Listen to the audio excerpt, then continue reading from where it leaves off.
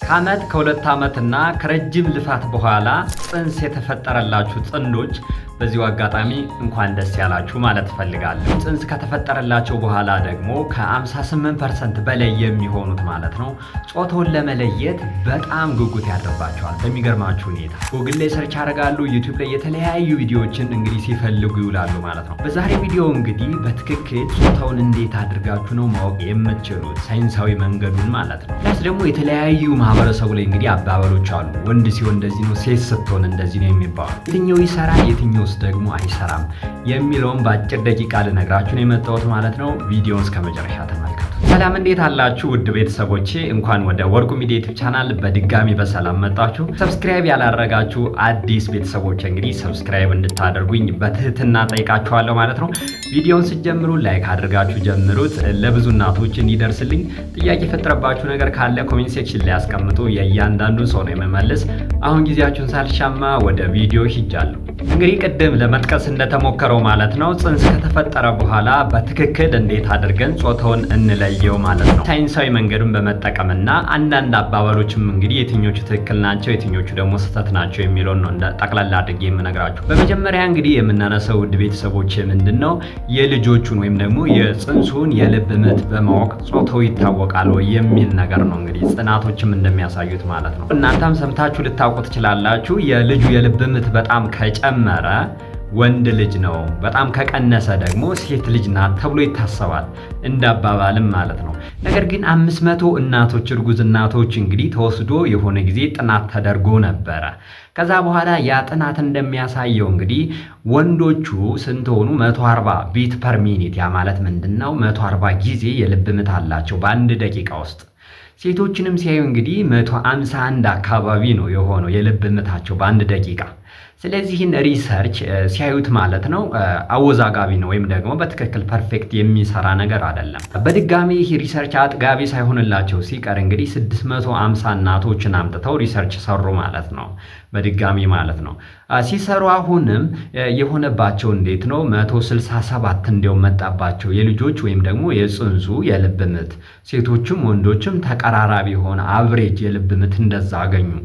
ስለዚህ በመጨረሻ ምን ብለው ደመደሙ መሰላችሁ? ልጆቹ የልብ ምት ምንም አይነት ጾታ የምንለይበት መንገድ አይደለም ብለው እንግዲህ ደመደሙ ማለት ነው። ስለዚህ ውድ ቤተሰቦች እናንተም እንግዲህ ልሰሙ ትችላላችሁ። እንግዲህ ቶሎ ቶሎ የልብ ምታቸው የሚመታ ከሆነ ወንዶች ናቸው፣ ወይም ደግሞ ዝቅተኛ የልብ ምት ካላቸው ሴቶች ናቸው የሚለው ነገር ኮምፕሊትሊ አይሰራም ማለት ነው ጾታ ለመለየት። በነገራችሁ ላይ ይህ ጥናት የተካሄደው እንግዲህ ፈርስት ትራይምስተር ፕሬግናንሲ ወይም ደግሞ የመጀመሪያዎቹ 3 ወራት የእርግዝና ወራት ላይ ነው ማለት ነው። ከዚህ ጋርም አላቆመም ጥናቱ። እንግዲህ በየሳምንቱ እንስራላቸው ተብሎ 8ኛው ሳምንት፣ 9ኛው ሳምንት፣ 10ኛው፣ 11ኛው፣ 12ኛው እና 13ኛው ሳምንት ላይ የልጆች የልብ ምት ምን ይመስላል፣ የወንዱስ የሴቷስ ምን ይመስላል የሚለውን የሚገርማችሁ ሁኔታ ተሰራ ማለት ነው ስፔሲፊክ። ነገር ግን ለውጥ አላገኙበትም። ስለዚህ እንግዲህ የልብ ምት ምንም አይነት ጾታ ሊለይ አይችልም ወደሚል ድምዳሜ ተደርሷል ማለት ነው። በሁለተኛ ደረጃ ደግሞ የእናትየዋ ግንዛቤ ምን ይመስላል ማለት እንዴት ነው? ለምሳሌ ወንድ ስትጸንስና ሴት ስትጸንስ የተለያዩ ነገሮች ይፈጠራሉ ወይስ አይፈጠሩም የሚል ጥናቶችም ተካሂደው ነበረ። ነገር ግን በሚገርማችሁ ሁኔታ እንግዲህ ፋላሲ ይፈጥራል ወይም ደግሞ የተሳሳተ መረጃ ያገኛል እና የእናቶች ግንዛቤም የዛን ያክል ፐርፌክትሊ አይለየውም ማለት ነው። በሶስተኛ ደረጃ ግን ቤተሰቦች እናንተም እንደው ሰምታችሁት የምታውቁ ከሆነ ምንድነው አንድ ጽንስ ከተፈጠረ በኋላ ማቅለሽለሽና ማስታወክ የሚባለው ነገር በጣም ከጨመረ እንግዲህ ሴት ነው። ማቅለሽለሽና ማስታወኩ ደግሞ የተወሰነ ከሆነ ወይም ደግሞ የቀነሰ ከሆነ ወንድ ልጅ ነው ተብሎ የሚገመት ነገር አለ። እንግዲህም በነገራችሁ ላይ ጥናት ነው 1999 በፈረንጆች የተጠና ጥናት ነው ይህንን ነገር እንግዲህ ያመጣው ማለት ነው። የተወሰነ ፍንጭ ነገር ስለነበረ ማለት ነው።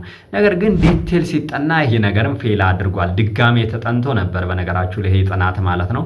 ብዙ እናቶች እንግዲህ እርጉዝ እናቶች ተሰብስበው ጥናት ተደርጎ ይሄ ነገርም ልክ አይደለም። ምክንያቱም እንግዲህ ይሄ ማቅለሽለሽና ማስታወክ በእያንዳንዱ እናቶች እንግዲህ የሆርሞን ለውጥ ይሄ ሆርሞን ከፍ ሲል የሚፈጠር ነገር ነው እንጂ ወንድ ወይም ሴት ስለጸነሰች እንግዲህ የሚለያየ ነገር ነገር አልተገኘም በመጨረሻም ማለት ነው። በነገራችሁ ላይ 2450 እናቶች እንግዲህ ጽንስ የጸነሱ እናቶች እንግዲህ ሪሰርች ላይ ሲሳተፉ እንዲሁም በሚገርማችሁ ሁኔታ አብዛኞቹ ማስታወክና ማቅለሽለሽ የሚበዛባቸው እናቶች ወንድ የጸነሱ እናቶች ሆነው ነው የተገኙ በሚገርማችሁ ሁኔታ። ስለዚህ ይህንም የሚያስተማምን ነገርና ጾታን ለመለየት የሚያገለግል ነገር ሆኖ አልተገኘም ማለት። ስለዚህ በትክክል ጾታን ለማወቅና እንግዲህ እናንተንም የሚረዳችሁ እኔም በትክክል ለመናገር የፈለኩት ነገር ምንድነው በትክክል ጾታን ለማወቅ ምን ነው መጠቀም ያለብን እንዴት ነው ማወቅ የሚቻለው የሚለውን ነገር ማብራራት ነው። በመጀመሪያ እንግዲህ ቤተሰቦቼ በትክክል ጾታን ለማወቅ ስፔሻሊ ደግሞ ምንድነው ሳይንሱን በተከተለ መንገድ አልትራሳውንድ ነው የመጀመሪያው እንግዲህ ፐርፌክት የሚባለው አልትራሳውንድ ነው።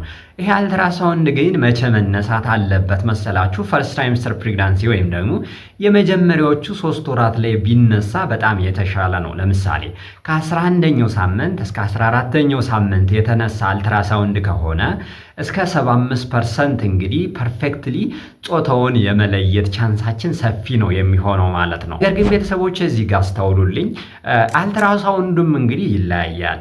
በጣም ሃይ ስታንዳርድ የሆኑ አልትራሳውንዶች አሉ።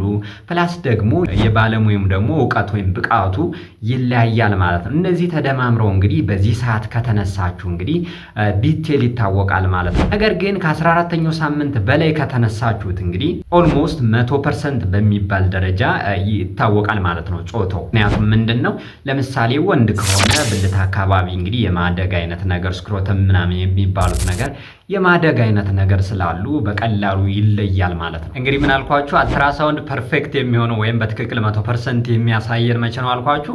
14ኛው ሳምንት በኋላ ወይም ደግሞ ሰከንድ ትራይምስተር ፕሬግናንሲ ሁለተኛው የእርግዝና ወራት ጀምሮ እንግዲህ ፐርፌክት ያሳየናል ማለት ነው። እዚህ ፈርስት ትራይምስተር ለመጀመሪያዎቹ 3 ወራት ግን ፐርፌክትሊ ጾታውን እንዴት አድርገን መለየት እንችላለን የሚለውን ደግሞ እንመልከት። መጀመሪያው ፈርስት ትራይምስተር ወይም ደግሞ የመጀመሪያው 3 ወራት ላይ የምንለይበት ጾታውን የምንለይበት መንገድ እንግዲህ ምን መሰላችሁ? በክሮሞዞም ይለያል። በሚገርማችሁ ሁኔታ በክሮሞዞም እንግዲህ እንደሚታወቀው ወንዱ XY ክሮሞዞም ነው፣ ሴቷ XX ነው አይደለ?